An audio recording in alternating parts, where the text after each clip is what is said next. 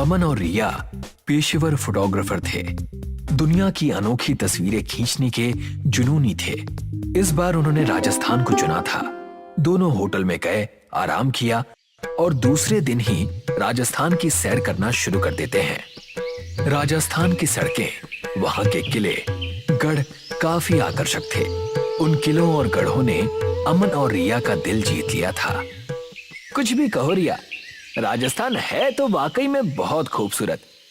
मैंने नकारा ही नहीं है। अब बस कब घर जाएं ऐसा लग रहा है। क्यों? इतनी भी क्या जल्दी है? जल्दी नहीं, बस मैं ये तस्वीरें जल्दी से अपने कैलेंडर में ऐड करना चाहता हूँ। हाँ भाई हाँ, कर लेना, लेकिन फिलहाल मुझे बहुत भूख लगी है। खाने चले? हाँ चलो। अमन और रिया दोपहर में खाना खाते हैं, खूब ढेर सारी बातें करते हैं, लेकिन उन्हें पता नहीं था कि उनकी बातें कोई चोरी छिपे सुन रहा था। वैसे शाम को होटल वापस जाते समय हम राज्यपाल रोड से जाएंगे। मैंने सुना है कि वहां से सनसेट काफी अच्छा दिखता है। हम अच्छी तस्वीरें ले सकते हैं। सच में? हाँ, मैं झूठ क्यों बोलूंगा। नहीं, झूठ की बात नहीं, पर तुमने उस रास्ते के बारे में जो कहानियां हैं उन्हें सुना है ना? अरे यार, तुम भी क्या बात कर रही हो। हम राजस्थान में हैं, यहाँ की हर दूसरी गली में कोई ना कोई कहानी तो होती ही है, लेकिन फिर भी रिस्क क्यों ले? देखो ऐसा है कि मुझे तो ये सारी कहानियां बकवास लगती हैं। अमन ने जैसे ही राज्यपाल रोड की कहानी पर अपनी राय रखी, तभी किसी ने वहां उसे टोक दिया। वो कहानी बकवास नहीं है, बल्कि सच है। अमन और रिया उस बूढ़े आदमी को देखकर दंग रह गए। उन्हें कुछ समझ में नहीं आ रहा था कि आखिर उनकी बातों पर वो इतना गुस्सा क्यों हो रहे थे। क्या हो गया? हमने कुछ गलत कहा क्या? हाँ, तुमने राज्यपाल रोड की कहानी को बकवास कहा। जानते भी हो कि असली कहानी क्या है? क्या? बहुत साल पहले दूर गांव से यहाँ एक बंजारन आई थी। उसका नाम आनंदी था। वो अपनी कला और साहस का प्रदर्शन करके पैसे कमाती थी। एक दिन भानु प्रताप की नजर उस पर पड़ी। उसका रूप देखकर वो मानो पिघल गए थे। उसकी कला और साहस ने मानो उन्हें सम्मोहित कर दिया हो। दिन रात उठते बैठते वो बस उसी के बारे में सोचते थे। और फिर एक दिन, आओ आनंदी आओ, हमारे महल में तुम्हारा स्वागत है। धन्यवाद महाराज। वैसे आज हम जैसी आम मामूली बंजारन को याद करने की वजह क्या थी? वजह खास है आनंदी, और खासकर तुम्हारे लिए। मतलब? मैं कुछ समझी नहीं। हम तुमसे शादी करना चाहते हैं। खुद राजा के मुंह से ये बात सुनकर आनंदी चौंक गई। उसे समझ नहीं आ रहा था कि आखिर वो करे तो क्या करे। राजा उसके सामने बस बोले जा रहा था। उसे अपने राज्य, धन दौलत के बारे में बताने लगा। लेकिन बेचारी आनंदी, वो तो एक मामूली बंजारन थी। राजा की बातों में सुनाई दे रहा घमंड उसे रास नहीं आ रहा था। उसे राजा की धन दौलत से कहीं ज्यादा प्रिय उसका स्वाभिमान था। माफ कीजिएगा महाराज, लेकिन हमें आपका शादी का प्रस्ताव मंजूर नहीं। आनंदी से ना सुनकर राजा तिलमिला उठा। उसे गुस्सा इस बात पर आया कि एक मामूली बंजारन उसे ना कैसे कह सकती है। फिर क्या हुआ? फिर राजा आनंदी को पाने के लिए उसके सामने एक चुनौती रखता है, जिसके अनुसार राजा के गढ़ से लेकर राज्यपाल रोड तक यहाँ जो पहाड़ है, वहां तक एक डोर बांधी जाएगी और आनंदी को उस पर चलना पड़ेगा। अगर आनंदी जीत जाती है तो राजा के गढ़ से लेकर उस पहाड़ तक जितने भी गांव आते थे, वो सब आनंदी को बख्शीश में मिल जाएगी। और अगर वो हार जाती है तो उसे राजा के साथ शादी करनी पड़ेगी। तो क्या आनंदी ये चुनौती हार जाती है? काश कि वो असल में हार जाती, लेकिन ऐसा नहीं हुआ। आनंदी उस डोर पर चली भी और जीतने ही वाली थी, लेकिन जैसे ही वो जीत के करीब आई, राजा घबरा गया।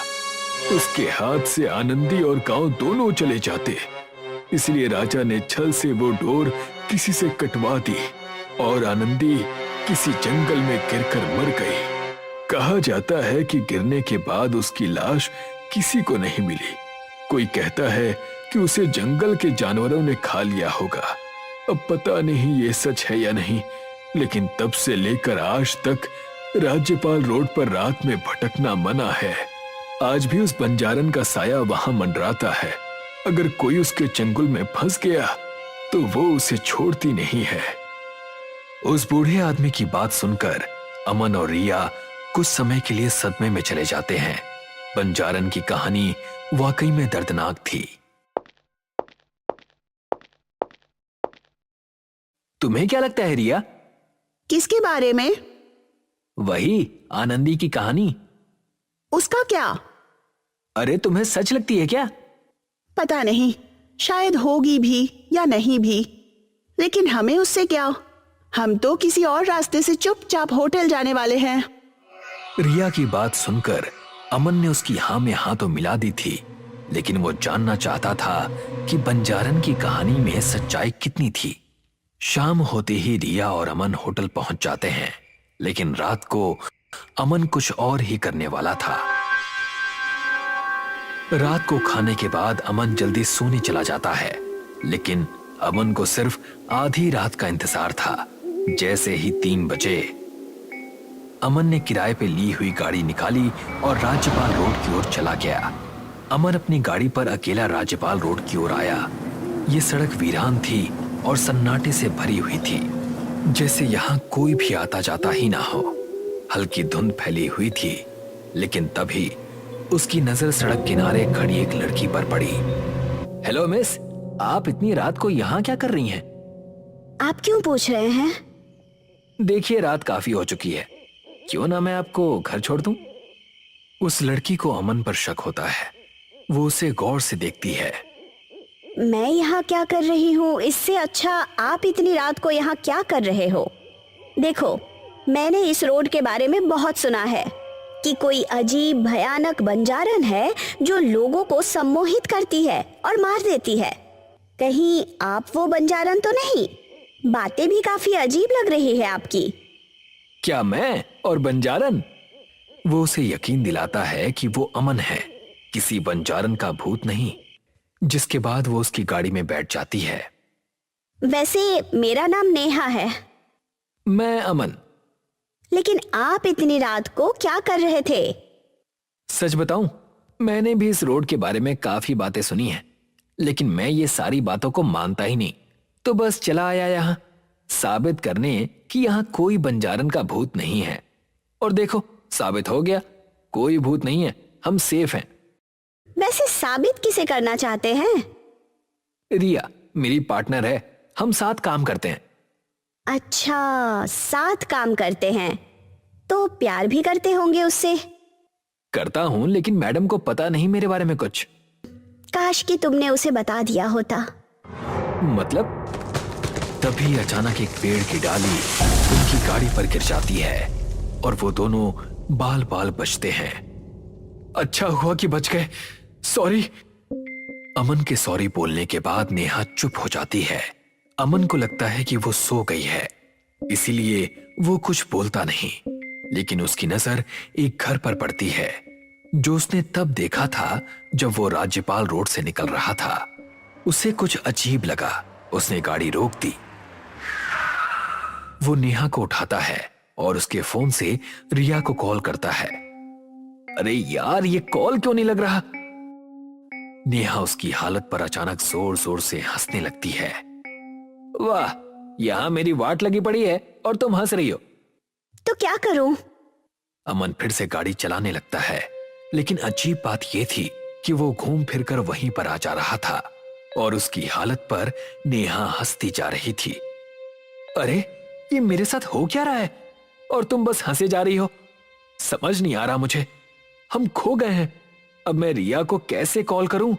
बात तो सही है, लेकिन सवाल ये नहीं है कि अब तुम रिया को कैसे कॉल करोगे। सवाल ये है कि अब तुम कभी भी रिया को कॉल कर पाओगे या नहीं। मतलब? तुम अभी भी नहीं समझे अमन? जरा पलट के पीछे देखो।